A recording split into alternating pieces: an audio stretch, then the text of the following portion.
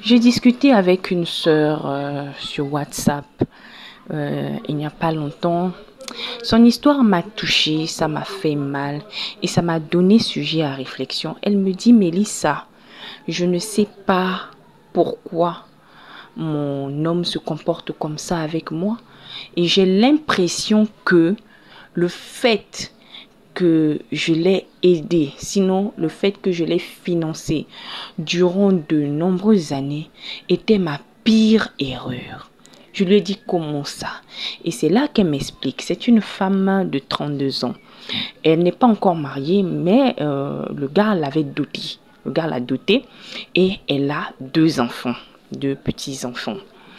Donc, elle dit qu'au début de leur relation, quand ils se sont rencontrés, elle est issue d'une famille assez nantie. Hein? Elle est issue d'une bonne famille, mais le gars n'est pas issu d'une bonne famille. C'est-à-dire une famille assez démunie. Mais vraiment, c'était pas trop ça. Mais elle avait aimé le gars, sa façon d'être avec elle, sa façon de se comporter avec elle, la douceur qu'il avait avec elle. Et elle disait qu'ils s'entendaient bien, ils rigolaient beaucoup. Elle c'est quelqu'un elle est souvent mélancolique et le gars la faisait souvent rire. Et c'est ça qui l'avait séduit. Donc, ils ont commencé une relation. Sa famille n'était pas vraiment d'avis pour cette relation parce que voilà, le gars n'était pas du même milieu social que sa famille n'a pas caché ça, surtout son père, il n'a pas caché ça. Et deuxièmement, il disait que dans la famille du gars, ils avaient mauvaise réputation parce qu'ils étaient dans le même quartier. Ils étaient dans le même quartier, seulement à quelques ruelles. Mais elle avait aimé son gars. Donc, elle était là. Elle a beaucoup soutenu le gars. Lorsqu'ils étaient à l'université, c'est elle qui allait chercher la bouffe chez elle pour ramener au gars. Et le gars ramenait la nourriture à sa mère. Le gars est orphelin de père. Et il n'avait que sa mère et sa sœur. Donc souvent, elle avait l'habitude de faire ça. Elle prenait la bouffe, elle la ramenait, elle aidait financièrement. Mais vraiment, elle soutenait cette famille. Elle m'a même expliqué que si on peut compter les jours du mois, elle dit même, moi je peux les aider pour manger même pendant 20 jours sur 30 jours. Donc les gens la mangeaient que par elle. Et pour elle, ça ne la dérangeait pas. Ça ne la dérangeait pas. Elle ne parlait même pas. Elle ne faisait même pas d'allusion là-dessus. Elle vivait son amour avec le gars. Lorsqu'ils ont fini l'université, parce que le gars était à l'université, elle aussi. Lorsqu'ils ont fini l'université, elle, comme ses parents étaient bien assis, ses parents lui ont trouvé du travail. Donc elle a commencé à travailler, elle a commencé à gagner de l'argent. Mais vraiment travailler. Elle travaille dans une grande banque de la place. Et elle a un master. Donc du coup, elle a l'argent. Elle a quand même, voilà. Donc elle était là. C'est elle qui finançait le gars. Le gars n'avait pas d'argent. C'est elle qui s'occupait du gars de la tête aux pieds. Et elle disait que ça ne me dérangeait pas. Je ne faisais même pas d'allusion. Elle lui a carrément fait un salaire dans son salaire. Chaque fin du mois, c'est elle qui donnait, elle donnait, elle donnait, elle donnait. Elle s'est battue avec les relations qu'elle avait, les relations de son père. Ils ont trouvé du travail au gars. Le gars a trouvé du travail, il a commencé à travailler, il avait maintenant les moyens. Comme il avait maintenant les moyens, ils ont décidé de s'installer ensemble. Le père a dit, Niet, tu ne peux pas aller t'installer à ma fille, comme ça, il faut venir la doter.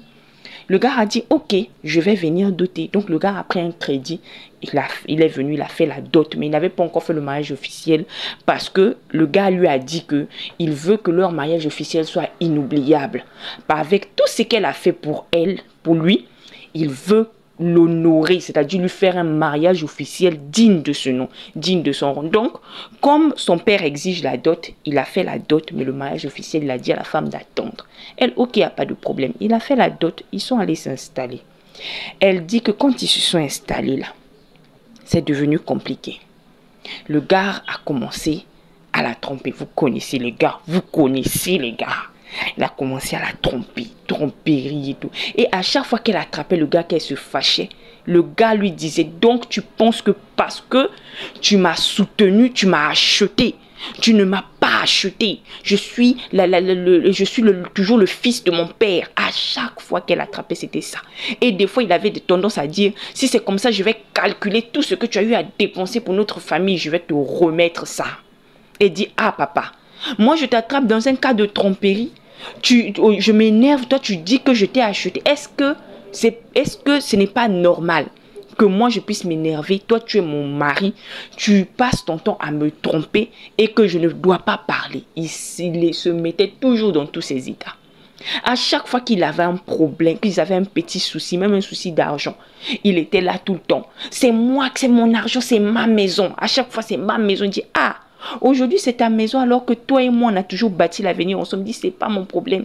Tu penses que tu es devenu l'homme de cette maison? Tu penses que parce que tu m'as soutenu, je suis devenu ta chose? Tu penses que tu m'as acheté?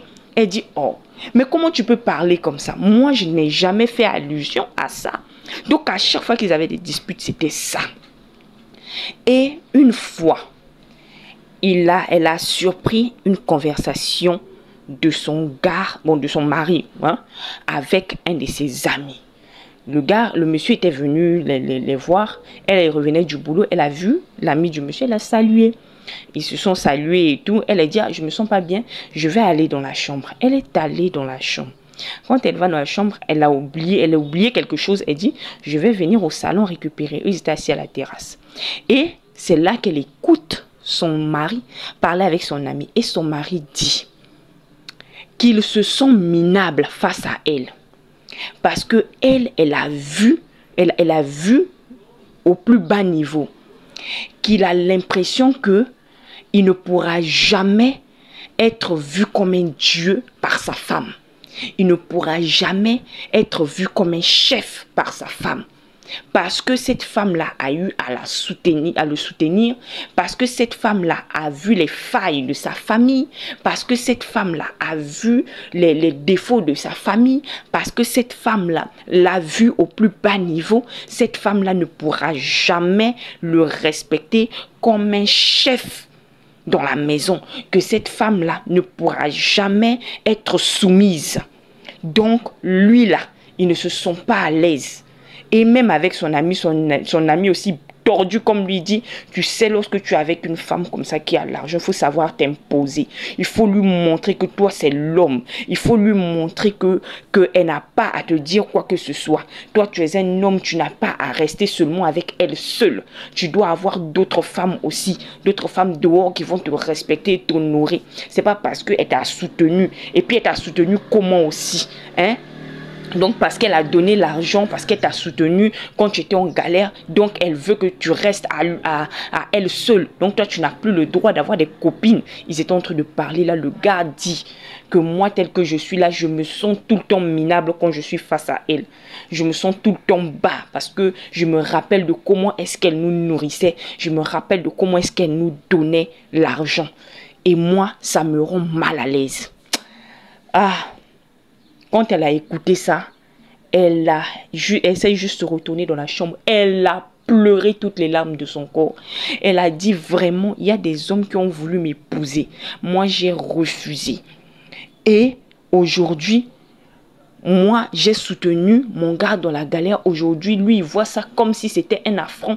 Il me voit comme si j'étais un adversaire, alors que moi, je l'ai fait par amour. Donc, elle est venue poser la question. Elle dit qu'elle se sent en insécurité. Parce que la manière dont le gars et son ami est en train de parler, c'est comme si le gars est capable de lui faire pire. Juste pour se sentir supérieur, juste pour se sentir bien. Elle veut arrêter la relation. Comme ils n'ont fait que la dot, que le gars aille remettre la dot, que sa famille remette la dot. Elle prend ses enfants, elle s'en va. Parce qu'elle a fait par amour, mais apparemment le gars est contre elle. Donc, qu'est-ce qu'elle doit faire?